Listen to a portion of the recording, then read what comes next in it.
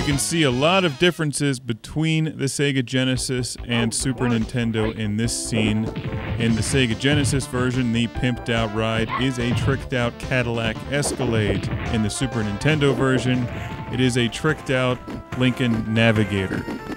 Actually, I made that up, but the girls are wearing different colored bikinis and the pimps are wearing different colored jackets.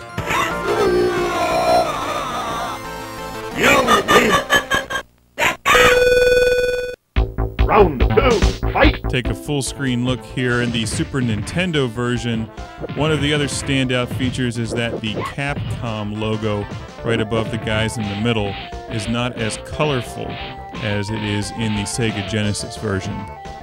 The Las Vegas on the ground is also much more pink in the Super Nintendo version. Here on the Sega Genesis version, it looks like somebody took the sharpness dial, turned it all the way up. The neon in the top right is a slightly different color, and the girls are wearing the same color bikini.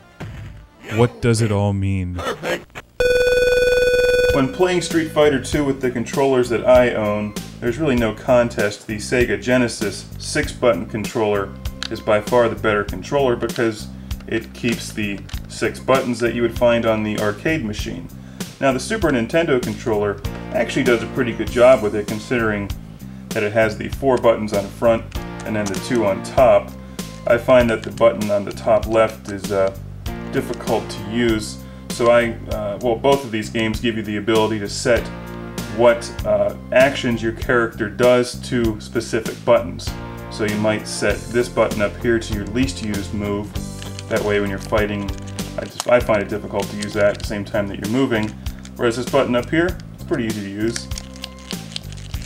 However, this is not really so much of a comparison because this is a specialty controller, this is the stock controller, and you can go out and buy special controllers just for fighting games. Bang! Whether you're playing on the Super Nintendo or the Sega Genesis, you're fighting in streets all around the world because Street Fighter II is a global game. And here we're fighting Vega in Spain. And it's a cage match in a restaurant. And I've never been to a restaurant that has cage match fighting in it. But that would certainly make it easy to gamble, drink, and eat dinner all in one convenient spot. Which is what these people are doing, and they even have dancers. Check it out, the Sega Genesis and the SNES versions put the dancers into different colored outfits. You win! The people in the background are also wearing some different colors. We'll do a split screen here.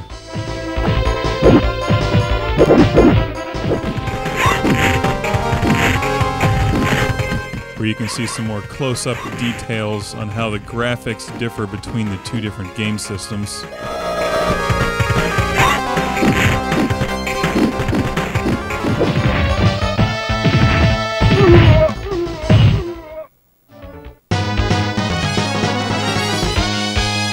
Alright, this guy, he's always a pain in the ass. Here's another look at how the two game systems handle graphics differently. With the Super Nintendo being much smoother and the Genesis having much higher contrast and sharpness.